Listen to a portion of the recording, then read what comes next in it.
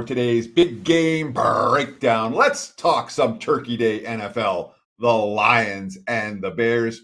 Right now, looking at the WagerTalk live odds screen, I'm seeing Chicago 3.5-point favorites in Detroit. Total sitting 41.5.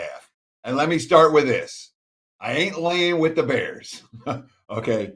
The loss on Sunday for Chicago was brutal. The difference between 4-6 and 3-7 for that team is enormous, especially considering, this is a team that has a bunch of key players who are going to be free agents in the offseason, whether it's Akeem Hicks or Tayshaun Gibbs or Khalil Mack on the trading block or Danny Trevathan on the trading block. And, you have Allen Robinson and Marquise Goodwin and DeMar Byrd, all free agents. And starting offensive linemen, Jason Peters and German Ifedi and James Daniels.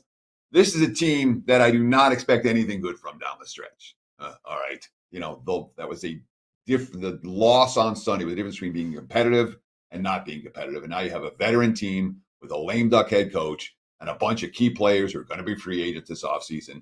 It's not a spot where I'm comfortable laying 3.5. So then you go, do you want to get to Detroit? And that's not easy too, because it doesn't matter if Goff plays or not, if Goff or Boyle plays. Detroit doesn't have an NFL caliber starting quarterback. Goff has lost it, whatever he had. If you watch the game against the Steelers, you know exactly what I'm talking about. The coaching staff doesn't trust him to throw downfield. It's not like they have any playmakers. Boyle is not an NFL quarterback. Again, 23 dropbacks last week, 77 yards, 2 picks. It was pretty ugly. It's the guy that came in with 4 career pass attempts.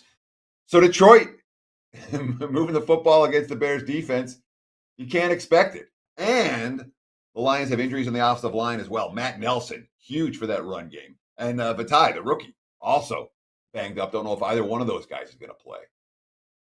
Dan Campbell did something interesting last week.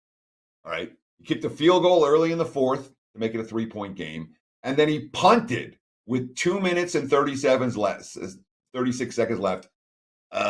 relying on his defense. And his quote after the game is meaningful. I thought we'd get the ball back. I'm sure there are people that consider me too conservative, but you got to be careful and you got to be smart.